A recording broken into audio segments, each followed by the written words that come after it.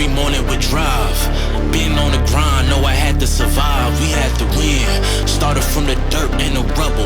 I had to be the needle that was popping your bubble. Hello and welcome into the Rookie Prospect Profile Series. This is a Zilla Fantasy Elite production. Today we're going to be looking at tight end Erick All within the tight end rookie machine learning models. Will Erick All rise to the occasion, or is he going to fall short of expectations in our fantasy projections? Don't miss out on the insights from our advanced algorithms. Erick All comes into the NFL being drafted in the 4th round, pick 115 overall by the Cincinnati Bengals. 6'4", 252 pounds. Unfortunately for him, he didn't really do any athletic testing due to some injuries there in college. So he comes in at that previously mentioned size, 10 and 1/8 inch hands.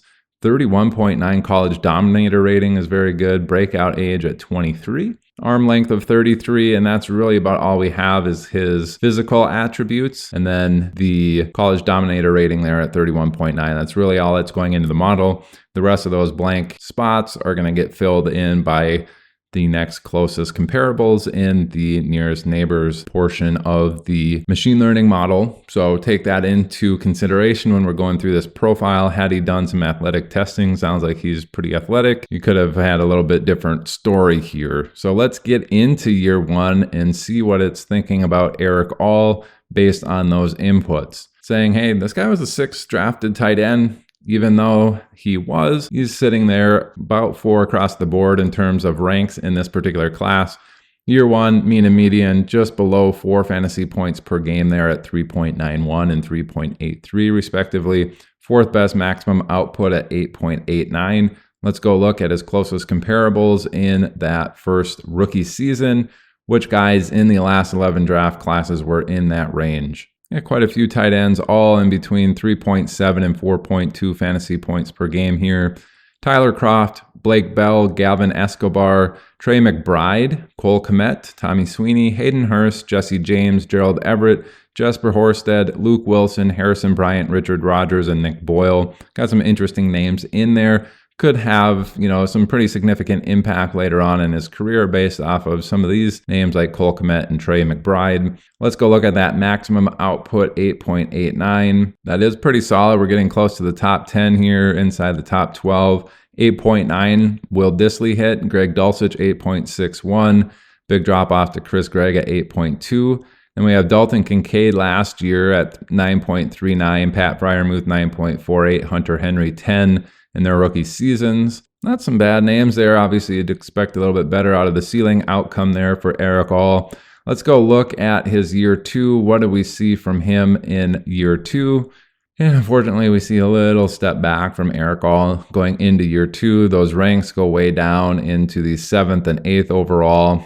Maximum output, actually the 11th best in the class out of 12 tight ends. So really saying this guy's got more of the low floor, low ceiling profile in the class. So little over 3 fantasy points per game in that second season. What type of guys were hitting that? These tight ends in their second season were all in between 3 and 3.5 fantasy points per game. We do see some pretty common names from the first go around. Chris Gregg, 3, Tommy Tremble, Marquise Gray, David Morgan, Joseph Faria, Adam Shaheen, Lucas Kroll, and then at 3.5 we have Nick Boyle. Not a great list of characters there, unfortunately, for Erick All. The 7.43, even if he hits his ceiling, that's not super great. It's probably outside the top 12 tight ends in your fantasy league in a given year. But in that particular range, we have CJ Uzama, Cade Otton, Cole Kmet again, Austin Hooper, Kyle Pitts, and Irv Smith, all between 6.8 and 7.5 fantasy points per game there. It's a big jump up to Michael Rivera at 8.3. Keep that in mind. That's about the rough range of outcomes if he hits his ceiling, according to the machine learning model. And again, I think Erick All is getting dinged a little bit since he didn't do any athletic testing. Could have changed his outputs. Well, let's go take a peek at year number 3 for Erick All, and woof, we do see a massive drop off here, down to 3 fantasy points per game for his mean and median. That rank now number 12 for most of those, really looking like he is one of the worst tight ends in the class here. Again, I think he's being dinged probably unfairly a little bit by the machine learning model due to not doing the athletic testing. But let's go look at those numbers. Who's hovering around 3 fantasy points per game in their 3rd season that you probably don't want to put into your fantasy lineups. All these guys in between 2.8 and 3.2. Max Williams, Clive Walford, Daniel Brown, Adam Troutman, Ross Dwelly, Ethan Carter, Josh Hill, Albert O, Nick Boyle, and Jack Doyle. Not very good there. Obviously, we expect that out of that outcome. Then hovering around the 8 fantasy points per game range. It's not a ton of people in this particular range. In between 7.2 and 8.43, we only have 5 tight ends. That's Jake Stoneburner, Gerald Everett, Kyle Pitts, Tyler Croft, and Juwan Johnson, all in that particular range. Again, that's not a very common range in year 3 for fantasy tight ends to hit, but that is the people in year 3. Do we see an improvement from Erick All going into year 4?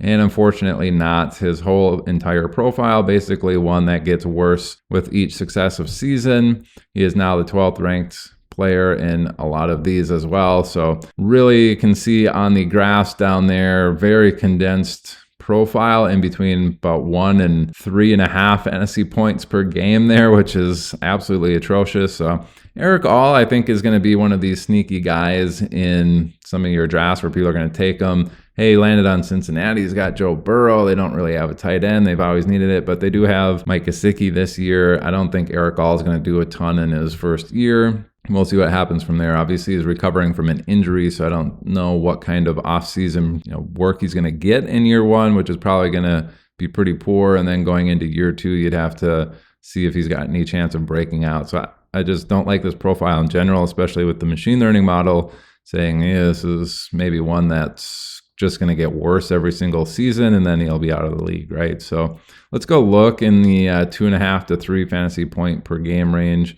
Who was hitting that particular aspect for their year 4? We got about 6 tight ends here in between 2.4 and 3.2 fantasy points per game. Actually, about a few at 3.2. So from the top at 3.2, we have Gavin Escobar, James O'Shaughnessy, and Bronson Kafusi, all at 3.2. And then a drop off to Adam Shaheen at 2.81. Troy Nicholas, JP Holtz, Josh Oliver, and then Nick Vanette at 2.4. Kind of round out that particular range of tight ends in their 4th season. 11.46, pretty solid. Top 12 there. We had Dallas Goedert at 11, Cole Kmet 10.65, Mike Gesicki, his teammate, at 10.71. And then a big jump up to Tyler Higbee at 11.5, Dalton Schultz 12.28, Hunter Henry 12.3.